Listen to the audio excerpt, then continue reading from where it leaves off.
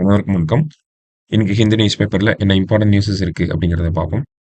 So first பார்த்தோம்னா டெல்லிக்கு ஒரு புது சீஃப் மினிஸ்டர். ஸோ டெல்லியோட சீஃப் மினிஸ்டரா இவ்வளவு நாளா யார் இருந்தாங்க அப்படின்னா அரவிந்த் கெஜ்ரிவால் வந்து இருந்தார். சமீபத்துல ஒரு மதுபான ஊழல் ஓகேங்களா. ஸோ அந்த கேஸ்ல என்ஃபோர்ஸ்மெண்ட் டைரக்டரேட்னால அரெஸ்ட் ஆகி இப்போ பிரசன்ட் டைம் சர்வ் பண்ணிட்டு இருக்கக்கூடிய அரவிந்த் கெஜ்ரிவால் ரீசெண்டா வந்து பெயில்ல வெளியே வந்து அவரு தன்னுடைய முதலமைச்சர் பதவியை வந்து ராஜினாமா செஞ்சிருக்காரு. ராஜினாமா பண்ணிட்டு அவருக்கு பதிலா ஆம் ஆத்மி கட்சியை சேர்ந்த இப்போதைக்கு எஜுகேஷன் மினிஸ்டரா இருக்கக்கூடிய அதிஷி டெல்லியோட சீஃப் மினிஸ்டரா வர போறாங்க.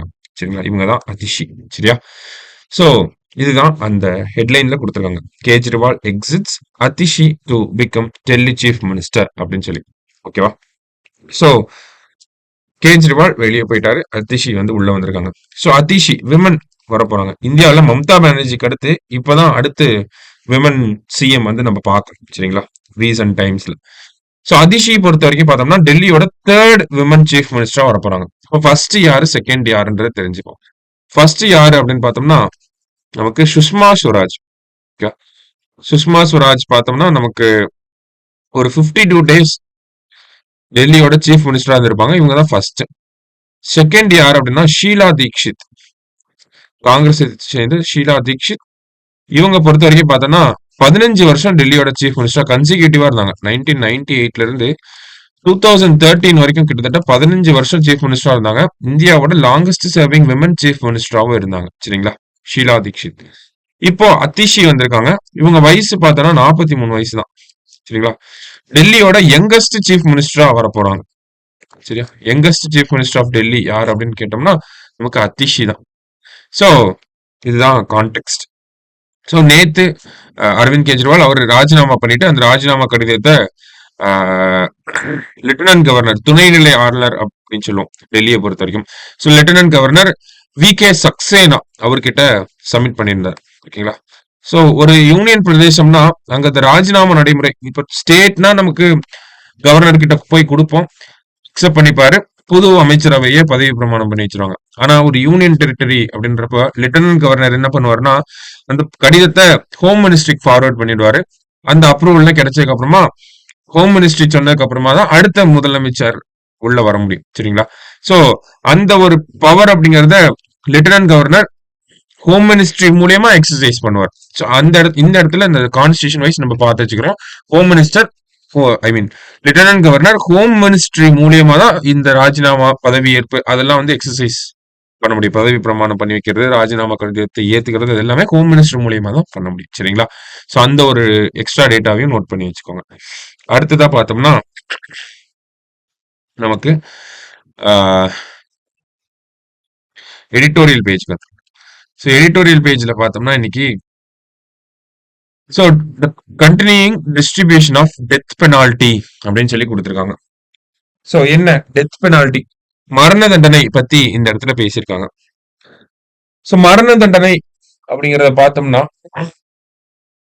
இந்தியாவில ஏதாவது கொடூரமான குற்றங்கள் நடந்துச்சு அப்படின்னா அதுக்கு மரண தண்டனை தான் ஒரே தீர்வு அப்படிங்கிறது எல்லாத்தோட ஒரு கண்ணோட்டமாக தான் இருக்கு. எக்ஸாம்பிளுக்கு ரேப்பே எடுத்துக்கிட்டோம்னு வைங்களேன், ரேப் கேஸ் பெங்கால்ல ரேப் கேஸ் வந்து ஆச்சு. அதுல குற்றவாளிகளுக்கு மரண தண்டனை கொடுக்கணும், நிர்பயா வழக்குல மரண தண்டனை கொடுக்கணும் அப்படிங்கறது எல்லாத்தோடைய கண்ணோட்டமா இருந்துச்சு. ஸோ இந்த ரேப் கேசஸ் எடுத்து பார்த்துட்டாலே அக்கார்டிங் டு என்சிஆர்பி, இந்தியாவில இந்த கிரைம் ரிலேட்டடான டேட்டாவெல்லாம் யார்கிட்ட இருந்து நம்ம எடுக்கிறோம்னா NCRB, national crime records bureau, அவங்களோட லேட்டஸ்ட் ரிப்போர்ட் படி பார்த்தோம்னா இந்தியாவில ஒரு வருஷத்துக்கு 31,516 ரேப் கேசஸ் வந்து ஃபைல் ஆகிட்டு இருக்கு. சரிங்களா, இந்தியால ஒரு வருஷத்துக்கு மட்டும் 31,516 ரேப் கேசஸ். இதே இன்னும் நல்ல டீப்பா பார்த்தோம்னா ரேப் பெர் 4 hour, ஓகேங்களா, 4 மணி நேரத்துக்கு ஒரு ரேப் அப்படிங்கிறது இந்தியாவில் நடந்துட்டு இருக்கு. இதுதான் இந்தியாவோட நிலைமை. சரிங்களா, சோ அப்படி இருக்கப்ப இந்த ரேப் எல்லாம் கம்மி பண்ணணும், இந்த மாதிரியான இன்ஸ்டன்ஸ் கம்மி பண்ணணும் அப்படின்னா violence against women and children இதெல்லாம் நம்ம கம்மி பண்ணோம்னா அதுக்கு மக்கள் மத்தியில பயத்தை கொண்டு வரணும். ரேப் பண்ணா மரண தண்டனை கொடுத்துருவாங்க அப்படிங்கிற ஒரு பயம் கிரியேட் ஆகணும். அப்படி இருந்தாதான் ரேப் முறையான விஷயங்கள் violence against women and children இதெல்லாம் வந்து நடக்காம இருக்கும் அப்படிங்கிறது பல பேரோட கண்ணோட்டமா இருக்கும். ஓகேங்களா? அது ஏத்துக்கக்கூடிய ஒரு கண்ணோட்டம் தான். இருந்தாலும் டெத் பெனால்டி அப்படிங்கிறது இந்த இடத்துல தனி கான்செப்டாவே நம்ம பார்க்கலாம். ஒரு உயிரை எடுக்கக்கூடிய உரிமை அப்படிங்கிறது இன்னொரு மனிதருக்கு கிடையாது. அது எந்த சட்டமும் சரி, எந்த ஒரு ரிலிஜியன் படியும் சரி, அது கிடையாது அப்படிங்கிறது இன்னொரு கண்ணோட்டமா இருக்கு. சரிங்களா? ஒரு உயிரை இன்னொரு மனிதனே எடுக்கிறது. அதுவும் அரசாங்கம் இந்த ஒரு விஷயத்த பண்ணவே கூடாது அப்படிங்கிறது இன்னொரு கண்ணோட்டம். ஓகேங்களா? எவ்வளவு பெரிய குற்றமாக இருந்தாலும் அதற்கு தீர்வு வந்து டெத் பெனால்ட்டியா இருக்காது, மரண தண்டனையா இருக்காது அப்படிங்கிறது ஒரு கண்ணோட்டம். சரிங்களா? உலக அளவுல பார்த்தாலுமே பல நாடுகள் மரண தண்டனை அப்படிங்கிற ஒரு விஷயத்தையே அந்த ஒரு கான்செப்டே கிட்டத்தட்ட ஒரு உலகத்துல 196 நாடுகள் ஐ மீன் ஐநா சபைப்படி பார்த்தோம்னா அதுல கிட்டத்தட்ட ஒரு 112 நாடுகள்ல மரண தண்டனை அப்படிங்கிற கான்செப்டே கிடையாது. இருந்தாலும் அதை அபாலிஷ் பண்ணிட்டாங்க. இந்தியா மாதிரியான நாடுகள், பாகிஸ்தான், பங்களாதேஷ் மாதிரியான நாடுகள் எல்லாம் பார்த்தோம்னா இன்னமும் மரண தண்டனை அப்படிங்கிறது நம்ம கொடுத்துட்டே தான் இருக்கும். கிட்டத்தட்ட போன வருஷம் மட்டுமே பார்த்தோம்னா 167 பேருக்கு வந்து மரண தண்டனை, சாரி 120 பேருக்கு வந்து மரண தண்டனை அப்படிங்கிறது நிறைவேற்றப்பட்டிருக்கு. இந்தியாவில மொத்தம் பார்த்தோம்னா கிட்டத்தட்ட 500க்கும் மேற்பட்ட கைதிகள் வந்து மரண தண்டனையை நோக்கி இருக்காங்க. ஓகேங்களா? அப்ப மரண தண்டனை அப்படிங்கிறதுக்கு எதிரான ஒரு கண்ணோட்டம் அப்படிங்கிறது இந்தியாவிலையும் இருந்துட்டு தான் இருக்கு. ஃபார் அண்ட் அகெயின்ஸ்ட் அப்படிங்கிறது இருக்கதான் செய்யுது. ஓகேங்களா? ப்ரோஸ் அண்ட் கான்ஸ் கூட நம்ம சொல்லலாம். மரண தண்டனை கொடுக்கறனால குற்றங்கள் குறையும் அப்படிங்கிறது ஒரு கண்ணோட்டம். மரண தண்டனை கொடுக்கறனால குற்றங்கள் கம்மியாகவே இல்லை, அதுக்கு டேட்டா இருக்கு அப்படிங்கிறது இன்னொரு கண்ணோட்டம். சரிங்களா? இந்த மரண தண்டனைக்கு பதிலா எவ்வளவு பெரிய ரேப் கேசஸா இருந்தாலும், என்ன மாதிரியான குற்றமா இருந்தாலும் அதற்கு ஆயுள் தண்டனையா கொடுக்கலாம். லைஃப் லாங் அவங்க சிறையிலே கிடக்கட்டும் அப்படிங்கிறது இன்னொரு கண்ணோட்டமாக இருக்கு. இப்ப சமீபத்துல கூட பெங்கால் இஷ்யூ நடந்துச்சு. அந்த பெங்கால் இஷ்யூல கூட நடந்து முடிஞ்சதுக்கு அப்புறமா அபராஜிதா உமன்ஸ் பில் அப்படிங்கிறத யாரு கொண்டு வந்திருக்காங்க அப்படின்னா வெஸ்ட் பெங்கால் அரசாங்கம் கொண்டு வந்திருக்காங்க. அபராஜிதா பெண்கள் மசோதா அப்படிங்கறத. அந்த பெண்கள் மசோதா என்ன சொல்லுது அப்படின்னா ரேப் பண்றவங்களுக்கு மரண தண்டனை அப்படிங்கறத சொல்லுது. இந்தியாவில சமீபத்துல நடைமுறைக்கு வந்த 3 குற்றவியல் சட்டங்கள், பாரதிய நியாய சங்கீதா, பாரதிய நாகரிக் சுரக்ஷா சங்கீதா, பாரதிய சாட்சிய அதீனியம். இந்த சட்டங்களும் என்ன சொல்லுது அப்படின்னு பார்த்தோம்னா இந்தியாவில இதற்கு முன்னாடி 12 குற்றங்களுக்கு தான் ரேப் 12 குற்றங்களுக்கு தான் மரண தண்டனை அப்படிங்கிறது இருந்துச்சு. இப்ப அதனுடைய எண்ணிக்கை அப்படின்னா 18ன்னு உயர்ந்திருக்கு. 18 வகையான குற்றங்களுக்கு மரண தண்டனை அளிக்கலாம் அப்படின்னு சொல்லியிருக்கு. அப்ப இந்தியாவோட கண்ணோட்டம் எப்படி இருக்குன்னா ஒரு மரண தண்டனை அப்படிங்கறது கொடுத்தோம்னா குற்றங்கள் கம்மியாகும் அப்படிங்கிற ஒரு கண்ணோட்டத்துல இந்தியா இருக்கு. ஓகேங்களா? ஆனா இந்த ஆர்டிகல்ல என்ன சொல்லியிருப்பாங்க அப்படின்னா death penalty is not a solution அப்படிங்கிற ஒரு கண்ணோட்டத்துக்கு வந்திருப்பாங்க. ரேப்பா இருந்தாலும் சரி, என்ன மாதிரியான குற்றமா இருந்தாலும் சரி, மரண தண்டனை அப்படிங்கிறது ஒரு தீர்வாக இருக்காது. அதற்கு பதிலா ஒரு ஆயுள் தண்டனை, பரோல்ல வெளியே வருவாங்க ஆயுள் தண்டனை கைதிகள்லாம். ஓகேங்களா? நம்ம கூட நிறைய கேள்விப்பட்டிருப்போம் செய்திகள்ல. சோ இந்த பரோல்ல கூட வெளிவராத அளவுக்கு ஒரு சாலிட்டரி கன்ஃபைன்மெண்ட்ல தனியா அவங்களை வந்து ஒரு ஒரு லைஃப் சென்டென்ஸ் அப்படிங்கறத கொடுக்கணும், ஒரு ஆயுள் தண்டனை அப்படிங்கறத கொடுக்கணும் அப்படிங்கறது தான் இந்த இடத்துல சொல்லப்பட்ட ஒரு விஷயமா இருக்கு. சோ டெத் பெனால்டி அப்படிங்கிறது ஒரு பெரிய கான்செப்ட். இதுவே இன்னமும் பார்த்தோம்னா டீப்பா போய் பார்த்தோம்னா என்ன சொல்றாங்க அப்படின்னா தூக்கு தண்டனை அப்படிங்கிறது இருக்கக்கூடாது. அது வந்து ரொம்ப பிரிட்டிஷ் காலத்து நடைமுறை.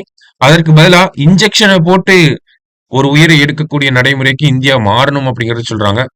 மரண தண்டனையே வேணான்னு சொல்றாங்க.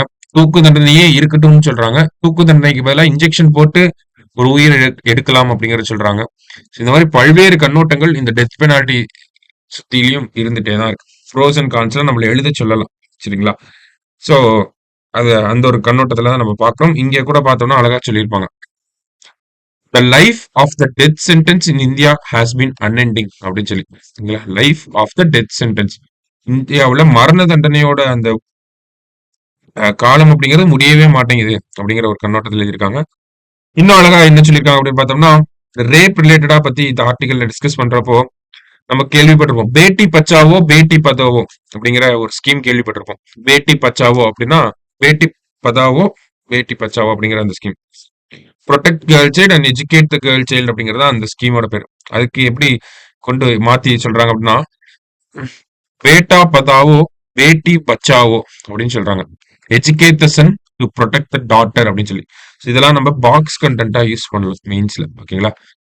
பேட்டா Padhao Beti Bachao educate the son to protect the daughter அப்படிங்கிறது. சரியா? ஸோ கொஞ்சம் நமக்கு சோஷியல் இஷ்யூஸ் அந்த மாதிரி பாக்குறப்ப இது கொஞ்சம் முக்கியமான ஆர்டிகல். ஒரு டைம் ரீட் பண்ணி பாருங்க. சரியா? ஸோ அடுத்ததா பாக்குறப்ப நமக்கு டைரக்டா ஸ்போர்ட்ஸ் பேஜ்ல பார்த்தோம்னா Asian hockey Asian champions trophy ஹாக்கில மென்ஸ் பொறுத்த வரைக்கும் சைனால நடந்துச்சு. அதுல இந்தியா வந்து வின் பண்ணிருக்காங்க. 5th டைட்டில் வந்து வின் பண்ணிருக்காங்க. சரிங்களா? ஸோ அது ஒரு நியூஸ் இம்பார்ட்டன்ட் ஸ்போர்ட்ஸ் ரிலேட்டடா பார்க்கணும். சரியா? ஸோ இன்னைக்கு நியூஸ் பேப்பர் பொறுத்த வரைக்கும் இருந்த இம்பார்ட்டன்ட் ஆர்டிகல்ஸ் இதெல்லாம் தான். அந்த எடிட்டோரியல் ஆர்டிகலை ஒரு டைம் ரீட் பண்ணி பாருங்க. உங்களுக்குன்னு ஒரு டிஃப்ரெண்ட் பெர்ஸ்பெக்டிவ் கண்டிப்பா கிடைக்கும். சரியா? நம்ம நாளைக்கு நியூஸ் பேப்பர் ரீடிங்ல மீட் பண்ணலாம். தேங்க்யூ.